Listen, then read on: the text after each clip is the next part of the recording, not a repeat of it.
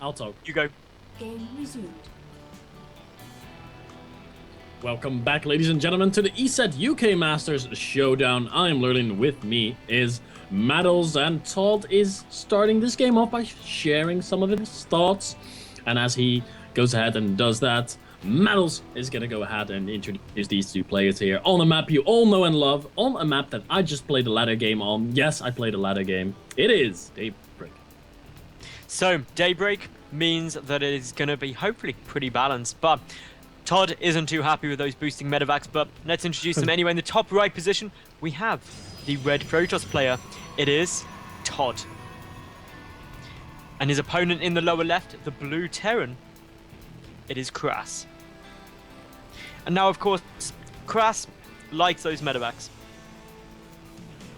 You think? I don't know, like, I think he might kind of like them a little bit. Like, maybe they're just friends. I don't know, really. Yeah, I think I've seen him use medevacs a few times, and I think ToD has been not so happy to see those medevacs fly around. Yeah, boost clearly being used to its absolute max by the Terran player. But the score currently, by the way, anyone just tuning in, this is game 8, and it is currently 3-2 in favor of ToD. No, KraSS. Is it 3-2? 3-4. Sorry, to KraSS. Yeah, I was like, no, that can't. That doesn't do the simple maths there, does it? But I've got too excited. That's the problem over medevacs. Like my entire like adrenal system has just run out of energy. I see. I was just trying to keep up with the chat, and they're arguing quite a bit. KraSS saying that he doesn't play a lot of HOTS while he's doing quite well, and yeah, that's actually really impressive. He's beating ToD, like he said. He's playing exclusively Heart of the Swarm, and KraSS doesn't really play it much, and he just, he beats him with just pure Wings of Liberty strategies.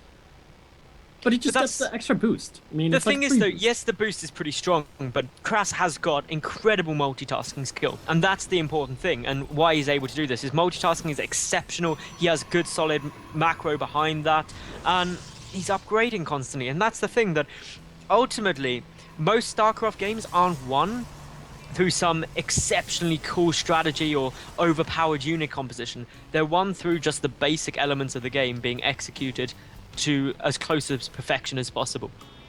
Let's go off on some theories here, because the early games are looking super standard. An SCD getting taken out here. We see a command center by KraSS coming up, and probably going to be a Nexus out of ToD in a second. Let's theorize here for a minute. If we look at the matchup, purely Terran versus Protoss, does the medevac boost make up, or what's better, the medevac boost or the mothership core, is what I'm trying to say. Which one would you rather have? I would rather have the mothership core. We haven't seen ToD really utilize it offensively, though. I mean, he used it defensively really well a few times, but offensively, we've never really seen him attack something and then recall back to a Nexus or something. We did that one game. There was one game where we did where we pushed him, but that was in a base trade situation. But still, I think the problem for ToD is he hasn't really shaken it up, but this game he's getting that Stargate down really quite early on, as well as the Nexus. They're probably going to go into some Oracle harassment. And the trouble for him is that I always look at situations like, if your opponent has gone really drop heavy every single game against you, and that's what's caused you to lose, why don't you just blindly counter it extremely hard? Like, put 2-3 cannons in each base.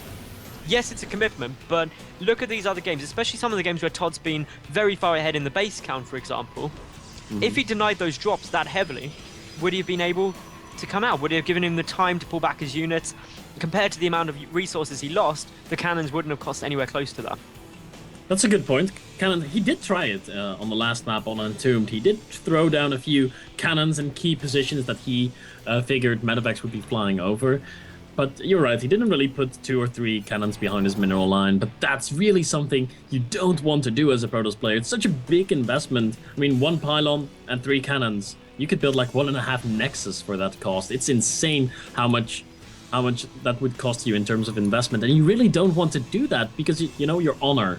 Something, it has something to do with honor. You're like, I don't want to defend that way. I want to do it the normal way. But then, if you're getting crushed by it every game, doing the same thing. Wasn't it Einstein who said if you do the same thing over and over again and expect different results is the definition of stupidity?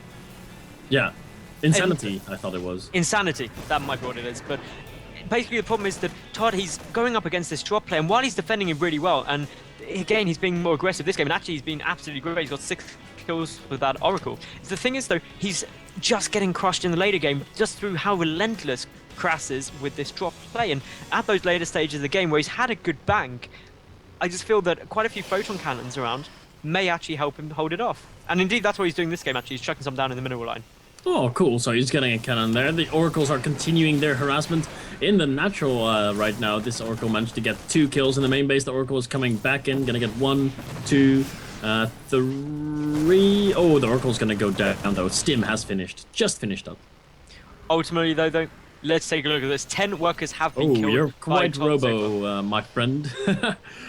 Looks like the robots don't quite want to leave you alone just yet. Skype has issues every now and then, ladies and gentlemen. Sorry for that happening. I'm sure you all wanted to listen to Mado's really clean and crispy voice. And I'm sure it's fine by now.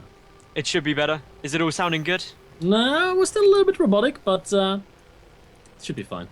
Apparently it's only you. The production just said they're coming through fine, so that is very peculiar. But yeah, of course, what we've got is these Oracles doing some nice damage, and there's been 10 workers killed, ultimately. That's put ToD ahead 43 probes to 26 SCVs. That's a pretty substantial advantage at like the 9-minute mark when it really happens. So ultimately, I'd say ToD is in a nice spot here. He's getting up charge as well. He's getting our warp gate tech only now, delayed it a lot in order to get those Oracles out so soon. But an Oracle is going to go down now to a lot of Marines. That is unfortunate for ToD, and that really spells the end of the harassment.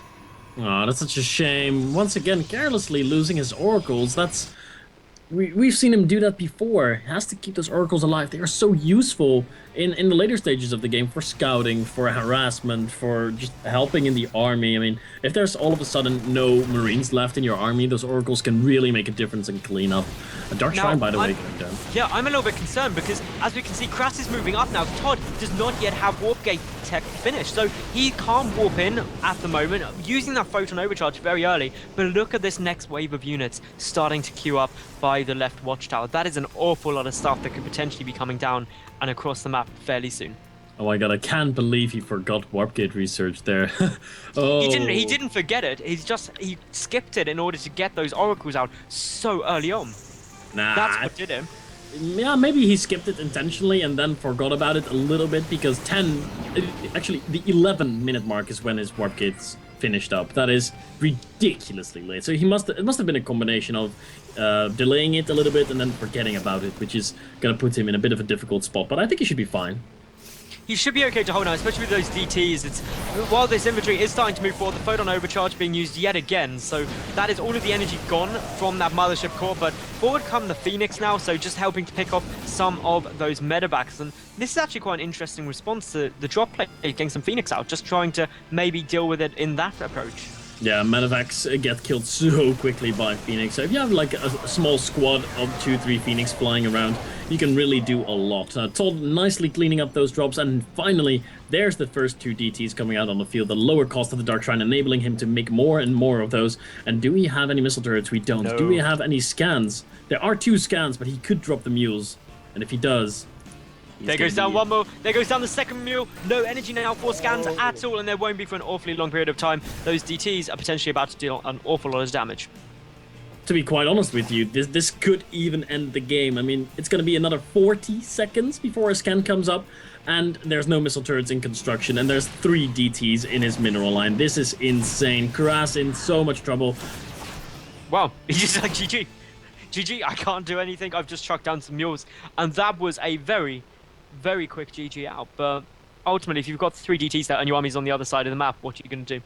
Yeah, what are you going to do? He didn't even have the units to really take them out. Even if he had the scans, there were no units around to kill the DTs. And the DTs had an armor upgrade, so SCVs were even more horrible to deal with them. I understand this GG timing. So GG, and that's going to mean we're going to be seeing more games, which is good. Well, one more game, 9 of 9, coming up after this quick ad break. I'm Maddles, with me is Lurlian for the ESET UK Masters Showdown. We'll be back very shortly. Stay tuned.